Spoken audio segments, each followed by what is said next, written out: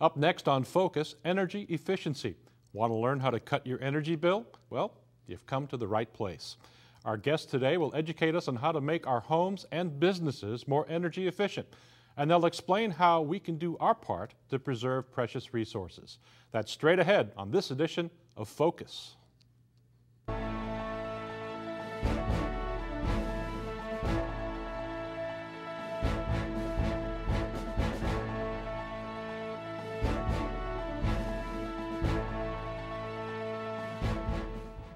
Hello and welcome. Thanks for joining us today. I'm your host, Steve Triggs.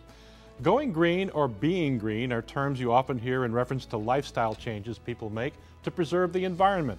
But how many of us know what we can do at home or at work to become greener? We'll find out during this edition of Focus. But first, let's hear how Orange County is doing its part. Joining us today is Brian Hunter, Assistant Operations Manager at the Orange County Convention Center. Brian is also part of the Central Florida Energy Efficiency Alliance, where he is the implementation coordinator. Joining Brian is Alexa Stone, lead accredited professional and director of public relations for the U.S. Green Building Council. Thank you both for being here today. And let's first of all start with Alexa. Let's talk about energy efficiency, sustainability. These are things that we hear about all the time. What are we talking about? Yes, we're all being inundated with the green terms, and it's all coming from a very good place in my mind. It's the right thing to do, and it's something that we can all participate in. In terms of carbon footprint, that's another term that we hear all about. What are we talking about? Well, when you produce electricity, you create emissions, and emissions are what leaves behind a carbon footprint. So our goal is to reduce energy consumption. Okay. Buildings can be built to LEED specifications or to achieve a LEED certification. What is that all about? LEED is a rating system that was created to give scores. It's a rating system for buildings, whether they be new construction or an existing building or a neighborhood or a school. The LEED rating system was created by the U.S. Green Building Council, which was a combination of architects and builders and people from the DOE and the Environmental Protection Agency, which came together and really realized that the United States needed a rating system for buildings. And there can be different levels of LEED certification, can there not? And That's tell right. us a little bit about those. The lowest LEED certification level is LEED certified, and then there's LEED silver, gold, and platinum. And you'll see the plaques on the outsides of the walls. OUC is a great example of a LEED certified building in downtown Orlando. What would we expect to see in a LEED certified building that we wouldn't see in a normal building? The LEED rating system is very comprehensive, so there's many different things you might see or not see. One would be reuse of water as a potential reclaimed water. One would be highly efficient lighting systems, occupancy sensors, green roofs. Even it goes so far as to be involved in the transportation, the mass transportation that's available to the people in the building. Indoor air quality is another important piece of it. Okay, let's talk a little bit about the Central Florida Energy Alliance. What is that organization? The Central Florida Energy Efficiency Alliance was created by the city and the county and a group of like-minded associations, including the USGBC and ASHRAE and BOMA and IFMA, to provide a platform because the green movement is somewhat fragmented right now. There's so many different groups, and we wanted to create a platform that everybody could fall under with the same goals. Brian, let's talk a little bit about what the county is trying to do to become more energy efficient, greener, so to speak. Okay, Steve. The convention center is comprised of two buildings consisting of 7 million square feet under air and 347 acres of grounds. So you can imagine that we have the ability to make an impact on the environment in a large scale. And we choose to do that on a very positive level and be good stewards of the environment. So some of the things we've done over the last few years is install energy efficient lighting. We piloted LED technology in lighting, which is solid state lighting, which is roughly 80% more efficient than standard lighting. We've done other projects such as we've placed metering faucets within the lavatories. A metering faucet is a faucet that emits a specified amount of water, enough for a person to comfortably wash their hands in a safe fashion without leaving the ability to leave the faucet on running and walk away from it. So that saves a tremendous amount of water. As far as the grounds go, irrigation systems, we use 100% reclaimed water. The lush tropical landscaping that we do have, we've minimized that, and we use drip irrigation for that. And elsewhere, we've used Florida-friendly water conserving type plants, and that's worked very, very well. Over the last few years, we've also instituted behavioral changes in the staff and the operations of the buildings. It's the same thing you would do at home. If you're not occupying the room, you turn the lights off.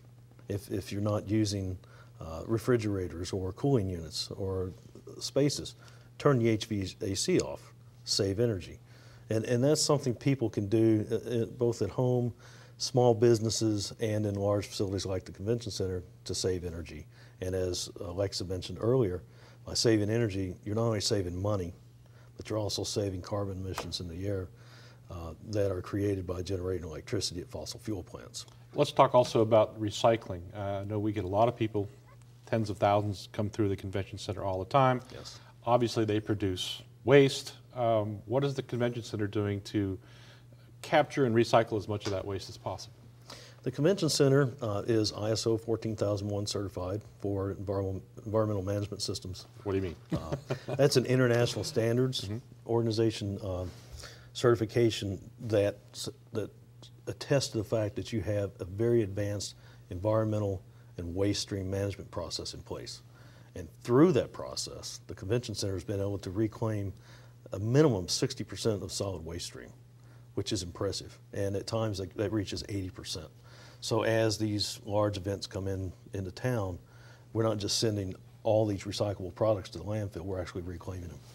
And we were talking a little bit before we started the broadcast about clients who come to the convention center and they want to have a green meeting or lessen their carbon footprint. How can the convention center accommodate them?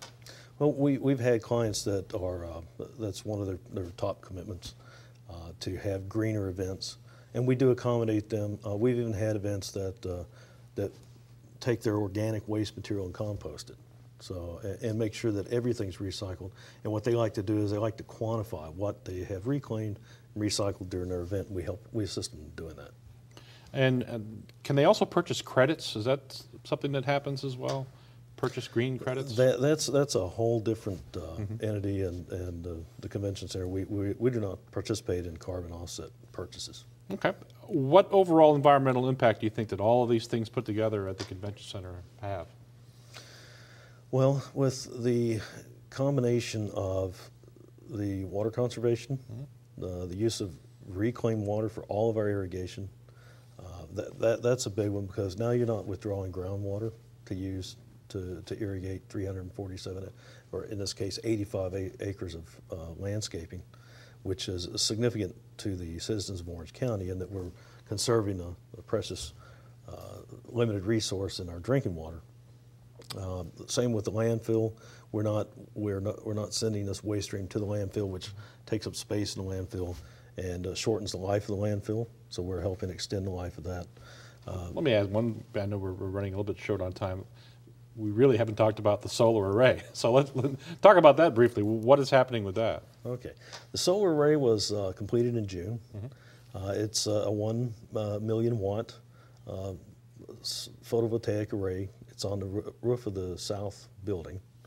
And to date, I looked at the data today, and to date it has generated enough power to run 123 homes for a year. And that's just since June. And it doesn't supplant the power that we use, but it augments the power. So we depend on that. We have green electrons now. There you go.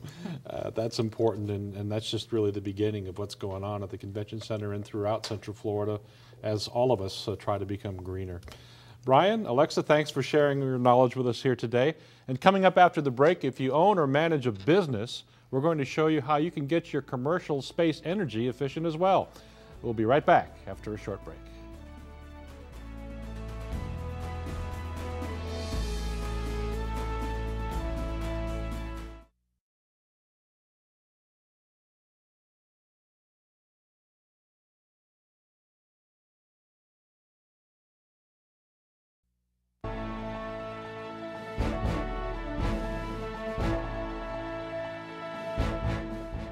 Welcome back to Focus. If you're just joining us, we've been talking about energy efficiency and what you can do to play your part.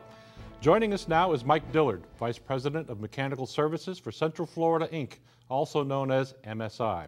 MSI designs, installs, operates, and maintains heating, ventilation, air conditioning, and refrigeration systems in commercial, healthcare, and laboratory facilities in Florida. Also with us is Robin Dowsey. Robin manages the Sustainable Design and Construction Department for Wharton Smith. She's also the Vice Chair of the Central Florida U.S. Green Building Council. Welcome to you both. Let's start with Mike. What are some practical steps that businesses can do to take control of the energy costs that they sustain in their businesses? Well, you know, many businesses are faced with the same economic crisis that all of us are on the capital side. So many are focusing internally on the things they have now. The first thing that can be done is to set standards for the building. Set common temperature standards throughout the building, and don't let the staff go to 68 degrees in one area and 77 in another, for instance, and take the building out of balance. Instill good habits in terms of managing the lighting. When systems aren't needed, turn them off. Those are some great steps. Another thing that owners should consider, or operators of businesses, is train your staff in that plan. Once you've developed the standards, your staff needs to know what that plan is, and they need to know how to implement that plan. And then maintain what you have. You really don't shortcut the building maintenance budget. The building envelope needs maintenance. The mechanical systems need maintenance. Lighting systems need maintenance. And then periodically do a condition and performance assessment of your building. That's a little bit more intense than a typical maintenance program, but it will really give you a window into the world of the investments you need to make and allow you to plan for those. Robin, at a time when a lot of businesses are hurting financially, is it hard to sell the concept of trying to be more energy efficient? Well, no, not really. Actually, it's very timely. There are a lot of things that you can do in a building. Mike touched on some of them that really have no cost. They are purely behavioral modifications. Turning a light off when you leave. Looking at your computers, we're all in the computer age, and using them quite nicely, having the monitors go to sleep after they've been on for 5 minutes, or shutting them off at the end of the day. Even just how we operate our building. I mean, most of us have our buildings clean. They have a cleaning service come in. If those cleaning services can come in not in the middle of the night when you have to run all of the power to clean your building, then you save a lot of electricity. And I guess one of the things Mike touched on is the importance of training staff to be aware of these things. Mm-hmm. How do you go about doing that? Do you actually have a training, or? Yeah, we actually do, and we conduct it for our clients, but we also conduct it for our staff. Some buildings are highly advanced and have automation systems that run all the critical systems. They turn on, turn off lights automatically. They turn on and turn off chiller plants automatically. But small and medium-sized businesses don't necessarily have that luxury. So it's more important to lay out the framework and sit down with your staff and make someone accountable for it. You know, put someone in charge of making sure that they're operating their building in the most sustainable way possible. I would assume it's also worthy of taking suggestions, because a lot of people have energy-saving suggestions. Yes, and we have something at our office called the Big Idea Box, and many times we get comments on energy savings ideas. Parts of our plant that during the day are not used. There's a section of lighting that could have been turned off. So things like that come up. Yeah. Are there any emerging technologies that are affordable that businesses can take advantage of, Robin? There are a lot of new technologies that are out there. LEDs, more efficient HVAC systems. I think Mike could probably talk better to that, but there are a lot of new technologies and newborn every day. I mean, just the more advanced PV technology that's coming out and becoming more affordable. Solar thermal, cistern systems, there are a lot of new systems born every day. Talk a little bit about